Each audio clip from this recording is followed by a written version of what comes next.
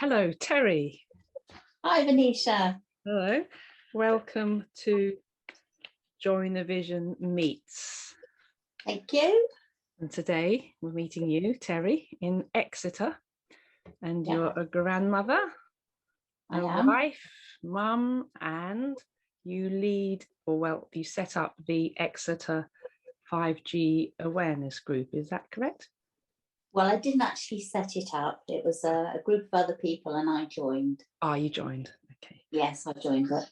And this is an area you feel very strongly about, and you've put a lot of energy into raising awareness about 5G and the rollout, which happened particularly during lockdown. Yes. So, my name's Terry. I'm a grandmother to 6 grandchildren, and I live in Exeter. And I first came across 5G with the 5G space appeal that was launched by Arthur Firstenberg, and I think that was in about 2018. And that just seemed fundamentally wrong, that eventually the Earth would be surrounded by an electronic grid of radio frequency radiation. I listened to some of Arthur's YouTube videos. There was one he did on 5G, our community, the future of humanity, bees and humanity. And that led me to other YouTube videos that I watched. And Arthur Firstenberg has done quite a few, and I just found the information that he was giving quite disturbing, particularly for future generations to come. I then got led to looking at YouTube to other video presentations by Dr. Mallory-Blythe, who created the Physicians' Health Initiative for Radiation and Environment. And she actually produced a leaflet too, which is an excellent leaflet, and it's available from their website. So it's the Physicians' Health Initiative for Radiation and Environment. And it's produced by medical doctors. So this is being designed to even stand up in a court of law with the information that's on it. So that's available. So I was listening to Dr. Erica's YouTube videos, and I found them quite disturbing too. And then Dr. Barry Trower, I came across Dr. Barry Trower and Sir Julian Rose and their videos on YouTube, where they were talking extensively about 5G and how it's a very different frequency that's never been used before on the general public. It's actually been used since the Second World War by the military, but it's never been openly used on the public, in the public domain. So then I went along to a couple of public talks with Barry Trower and listened to what he had to say and the presentations and the evidence that he put forward. And at that meeting, I met several other people who were really concerned. And so I don't know how it happened, but we just seemed to come together and set up our own local Stop 5G campaign. And I think initially there were probably about 5 or 6 of us, and we used to have regular meetings in a pub and discuss what we were going to do and any plan of action that we could come up with. Our first plan of action was to raise awareness in the streets. So we had a little table in Exeter High Street where a little group of us would take it in turns to stand and be on the table in the High Street all day. And we took along loads of peer-reviewed studies that we'd collected between us all, so that if anyone wanted to know what we were talking about, we could show them that we had all these peer-reviewed studies. We had petitions and we had other leaflets that we came out with. We had a little seed leaflet that we produced, which was just a cheap giveaway, really, so that anyone that was walking by, we could just ask them if they were interested, or they could go away, and we put references to different videos and websites that people could look at. And on the back, we put evidence from Dr. Sarah Starkey when she spoke in Parliament in 2018 about the dangers of radio frequency waves on children especially. So we had those. And then our next step was to go to local councils, because it was obvious that with the lockdown, with the rollout of 5G, that the actual local councils and planning authorities really didn't know anything about it. And we found that quite shocking. And it was only by us attending council meetings for about 18 months, up until we went into the first lockdown, and constantly asking questions, public questions at every meeting, and asking them obviously to answer our questions, which a lot of the time they couldn't do because they didn't know themselves. So it was just about really gently educating the councillors, local planning authorities and county councillors. So I say we did that for about 18 months till we went into the first lockdown, but we've still continued as a campaign to engage with them all during this time. And local and national campaigners come together on a weekly basis to discuss what's going on in their own areas. So we're all supporting each other and sharing information. And there's a constant stream of new information coming in at the moment with different ways that people are engaging with their own councillors in their own areas. So that's been a godsend to me, to be honest, during the crazy times that we've had of late. And it's been lovely to feel that community and that really, and there is a really deep spiritual connection between all of the people that are campaigning, but whatever your belief system is, everybody has a fundamental belief in the truth and love and consciousness. So that's really what's been supporting us all together. There's so many groups springing up. There are, yes. Everybody's focused on a particularly different thread, it seems, and together it weaves the tapestry of a completely new society being born. It does. For people who don't actually know why 5G is different from, say, 4G frequencies, could you explain a little bit about that? I'm not very good at remembering numbers, so I can't go into gigahertz and megabytes and stuff like that. But my understanding of it is that it's a very different frequency because it's a pulsed millimeter wave frequency and it's directional. So instead of it just being like 4G, where it's because it's more directional, it can be directed in certain areas to achieve specific effects, and it has a shorter range. So therefore the antennae and the base stations and the smaller cells, which will be put on buildings, need to be closer together because the drop-off point is nearer. So therefore that explains the intensity of the infrastructure that's going up now, particularly with regard to the small cells that will be put on buildings, lampposts, street infrastructure like bus stops, street signage. And in Exeter in particular, we've noticed since January 2020, the amount of infrastructure that's gone up during lockdown, specifically on tall buildings, huge antennae, receivers and transmitters have gone up in Exeter. I think everywhere. I've noticed it here, and all through lockdown, the green telecom things you get in roads. People, they had engineers working on all those all the time to put in the fiber cables as well for in preparation. Yes, yeah. So, I tend to think that because we're coming into this electronic age, or the age of Aquarius, whatever you want to call it, and things are becoming more refined anyway, it's inevitable that there is going to be higher, finer technologies or frequencies used. And maybe I'm hoping that as this is kind of like a period we've got to go through, and people realize it's not actually healthy, but maybe a newer, finer technology will come out of the 5G era. Do you think that might be a possibility? I think that's very possible. I really do. Most people that I've spoken to are quite happy with 4G. And engineers and technical experts that I've spoken to have all agreed that we have the facilities with 4G to do what needs to be done. So 5G is coming under quite a different guise at the moment, and I think it's specifically being rolled out to promote the green agenda and the zero carbon aspect of it.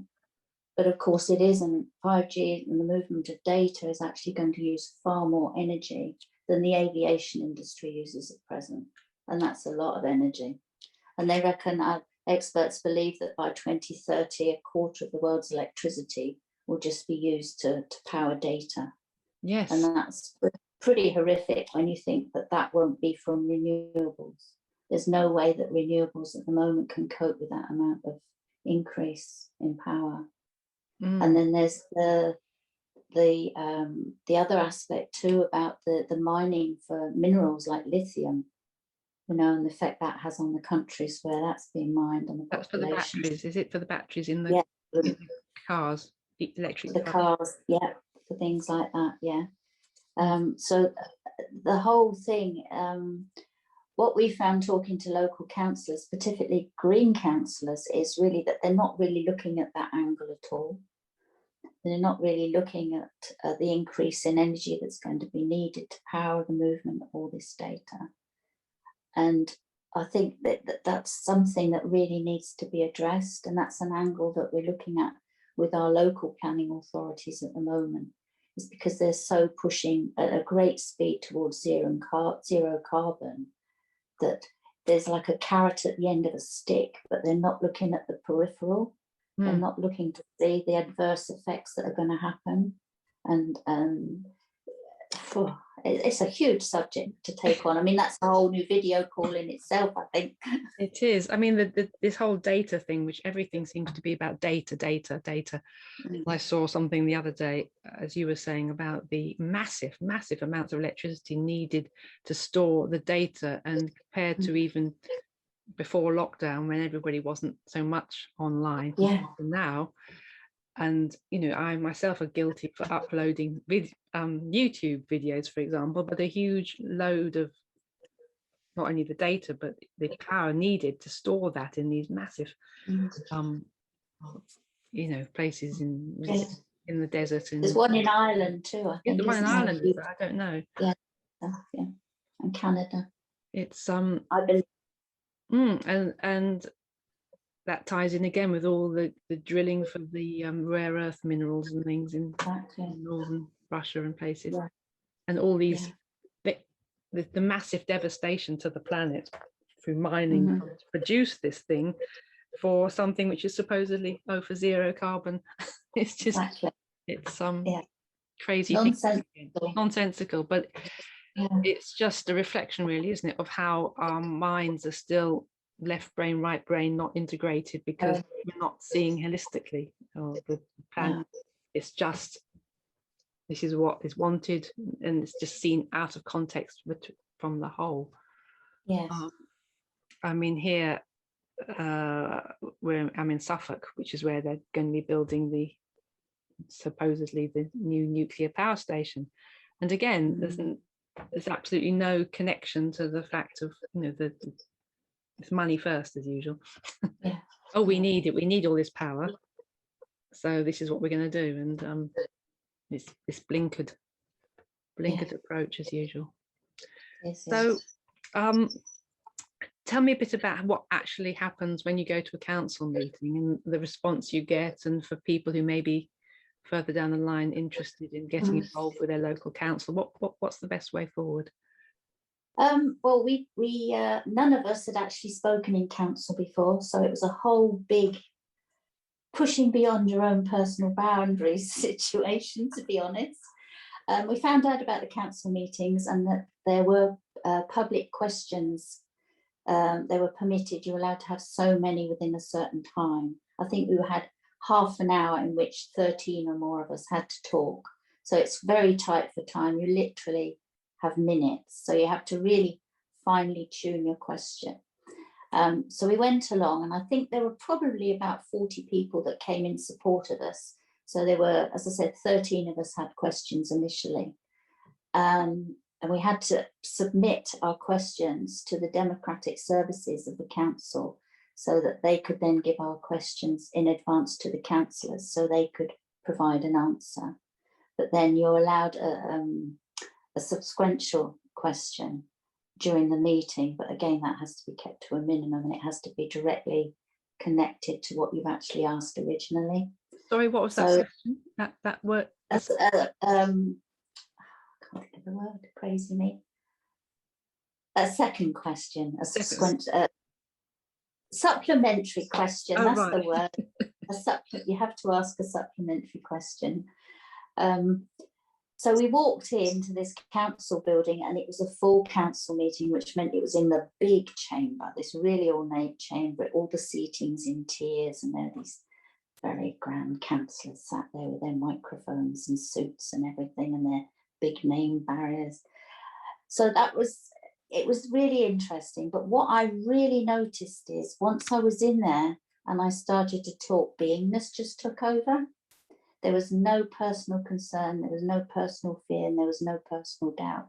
It was just allowing whatever was coming through to come through. And we all found the same thing, that when we were just stood there speaking our truth and about something that we were totally passionate about in our hearts, how that connection, it just flowed so freely. And that was amazing to experience that, actually, for all of us. So that was the first council meeting that we went to. And then we found out that there were other council meetings on a regular basis at cabinet level, which was like a smaller group of councillors. So again, I think there's usually about 10, 12 of us went along with a question, same process, where we had to submit the question in advance. And then the councillors would answer our question, and we'd look at the answers. And then if we had a supplementary question, we could do that as well. So that was the basic format. We tried to do, we did actually send in a petition. I can't remember how many signatures were on it now. I think it was about 250 off the top of my head, which the councillors accepted, because we asked them to look into the health and safety aspects to the environment and the population with the rollout of 5G. So that went into the council. As I say, after about 18 months, we really wanted to do something a bit more profound. So we really stepped up the questions that we were putting to the council. And they agreed that they would take the situation of the 5G rollout to a scrutiny committee. So we managed to get Devon County Council to go to a scrutiny committee to look into the health and safety of 5G. And we had, an open day at County Hall, which was a call for evidence to the public. And I think there were about 400 people attended during the course of the day in different time slots. And most people went along with mountains of research, peer-reviewed studies. The tables were piled high with all the research that the public had done. So that was going ahead, and the local campaign organised with international speakers that when this subject went to scrutiny, these international speakers would be prepared to come and act as witnesses and talk about their own peer-reviewed science and the discoveries that they've made. So that was all going along very nicely, and Exeter City Council were going to follow their lead and look at the scrutiny that came about from Devon County. So that was like the local planning authority and the Devon County Council were both looking at 5G under a scrutiny level. We then went into the first lockdown, and that all just ground to a halt, unfortunately. So the council's business was mainly to deal with the pandemic, so they had very little time to actually engage in looking at other subjects.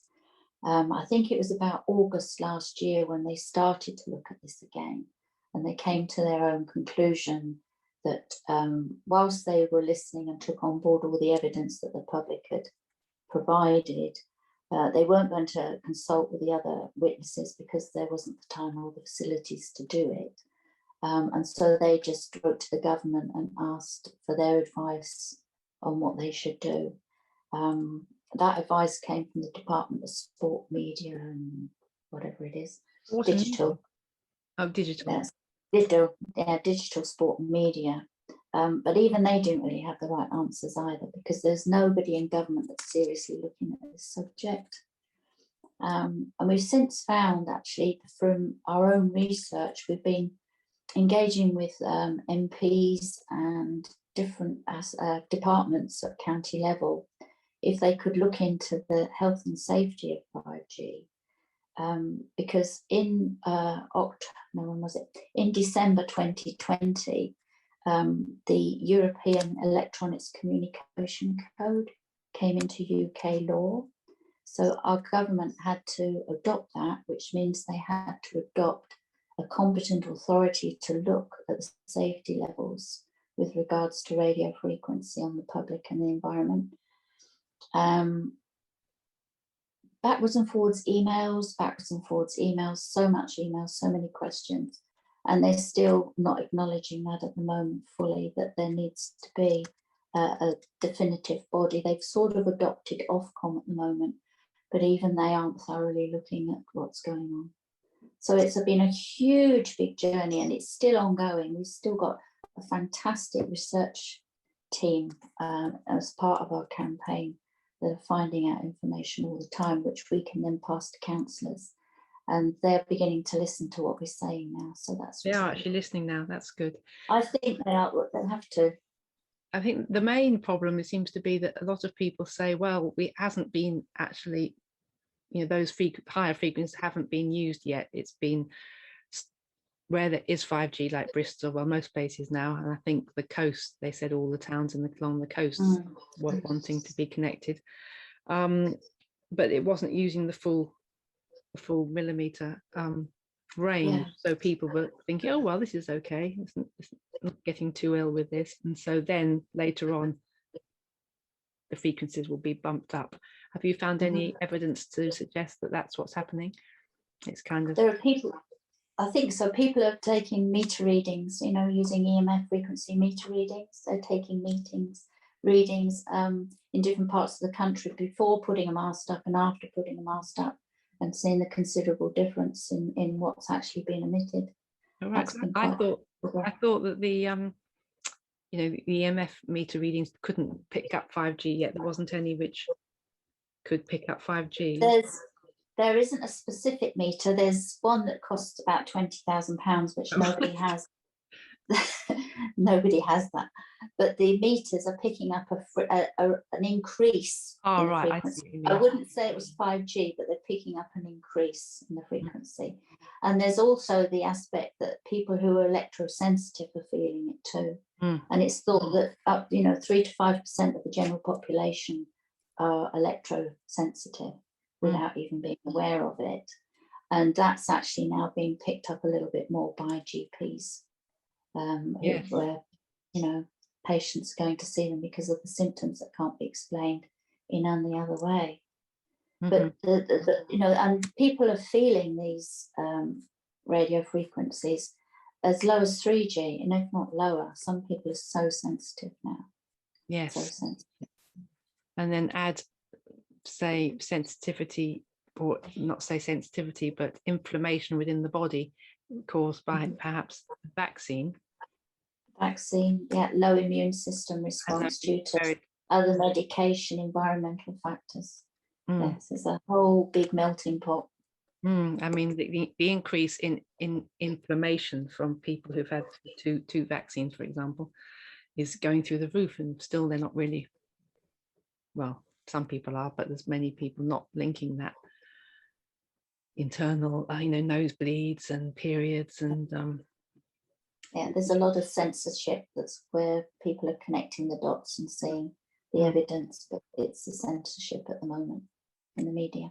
We're creating a very toxic environment for organic human or nature to exist in, aren't we? We're creating a goldfish bowl of toxicity. But the most important thing, I believe, is just to keep laughing. I really do. Keep our sense of humour, keep laughing and loving, because they're the two cornerstones of who we are, I believe. That's really, really important. Yes. Supporting each other, coming together and talking and sharing, having a chat. It's really, really important to keep the energy high. Yeah. Yes, most definitely. I think it's all that the love frequency will transcend any of 5G frequencies. Absolutely. Yes. Yeah. Elon Musk and his satellites will come dissolving into. Yeah.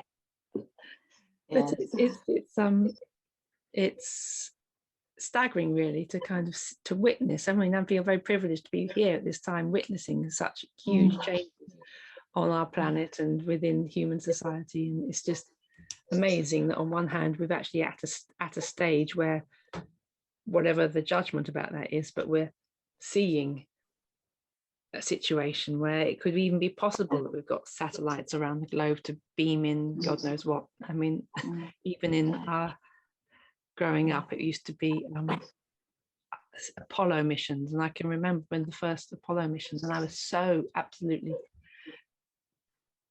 that when the newspapers had that photograph of Earth for the first time from space, and it came through the letterbox. There's a photograph on the front of the newspaper, and I remember sitting there before going to school and just, whoa, wow, it's just to see the planet Earth, and it, and considering now, still in my lifetime, the massive changes we've had. It's huge changes. Yeah, absolutely huge changes. Yeah, and I do think it's an exciting time energetically. I mean, you know, just in your own heart, you just feel there's such an excited energy of moving forward and of completion and potential. There's the potential for so much change, good, so much new to come in, so much love energy, so much focus, so much just so much joy. There's just so much more to come. Yes, exactly. And I really feel that and know that in my heart. It's just, that's what spurs me on, really. Yes, and this is it, and that just the fact that this has been like the catalyst for so many people to come together and encourage and support and come together in communities and create completely new ways of being, which is what Joinavision is about. You know, it's not about feeding the old systems and being fearful. It's about, okay, this is where we are. How do we want to create a love-filled, caring society where all aspects from space to the earth are respected and in balance and nurtured, and all beings are free. Yes. So is there anything you would like to really tell people, apart from not just the facts you've said, but you know how to inspire them to take steps should the 5G area be something they feel they'd like to find out more about? I think just by I mean, there's a wonderful stand in the park. I don't know if people we do that. So there's a lot of people that are connecting up through that at the moment. And there's a lot of people that are working against 5G that are in those groups as well. So there are contacts that could be made there. There's the international campaigns, obviously, but there's also the legal action with Michael Mansfield QC. Right. That's going ahead at the moment. And there's loads of information on that, actionagainst5g.org. So people can go there for lots of information. There's also another new website, which one of our campaigners has put up, www.rfinfo.co.uk. That's all lowercase. He's got such a lot of information on there about people if they want to get involved. We're trying to provide a list of all the planning applications around the country where people can object to masts that are going up. So that's something really positive that people can do, is check their own council websites for planning applications to see if there are any telecoms, monopole or 5G communications applications being put in. They obviously then have the right to write to the council and object. That's one really positive thing that people can do in a big way, I think. And just raising public awareness. I've always got a seed leaflet and a fire leaflet in my handbag. So whether I happen to be, I can let people know what's going on and they can help. Sorry. Is there a way people can get those leaflets, rather than make them up again? Is there a way they can get the template? The fire leaflet, I believe you can download on their website, which is www.fire.medical.org. That's all lowercase. Okay. So you can download that and get, that's all we did. We downloaded them and got a load printed. And the seed leaflet I can send you a template for, but we are actually just going to update that now. Is it seed leaflet? We called it a seed leaflet because it's a giveaway. Oh, right. We can give it to people and hopefully the knowledge will grow, you know. It's just to sow a seed in people's awareness. So we're in the process of updating that at the moment, as I say, because people seem to be more interested in the loss of privacy and the surveillance rather than the health aspects of 5G at the moment. Right, so that's interesting. So we can put that thread in. So yes, the surveillance side is another whole topic linked in with this, isn't it? And the smart cities, of course. Yes. With everything. And Exeter is down to be a smart city. So that's why we're campaigning so hard. Yes, and Bristol, isn't it? And, yes. I think Bristol already is, isn't it? Pretty much, I think. Although they've been amazing in Bristol, I think they've stocked over 30+ masts now due to local campaigners. They're a very formidable team up there. Very well, very knowledgeable. On the ball. Good. One more question. This is, I get confused because there's so many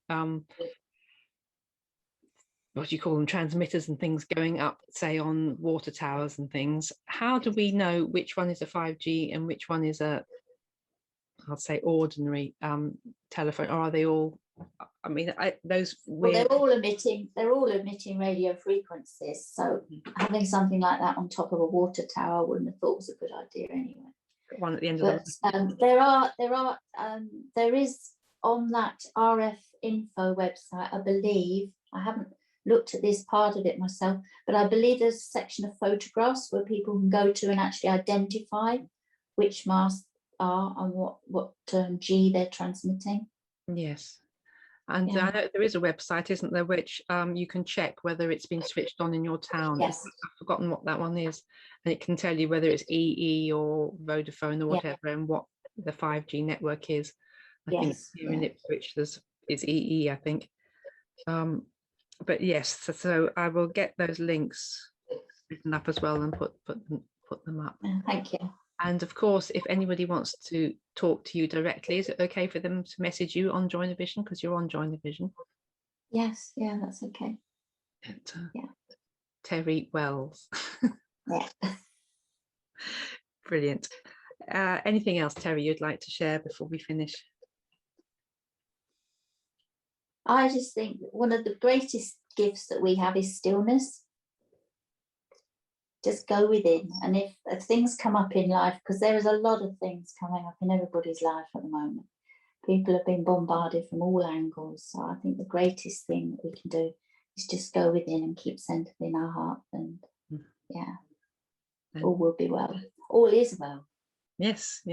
All is well. And be that frequency, and then brilliant. Yes. Lovely way to finish. Thank you so much for chatting to me, and I'll see you anon.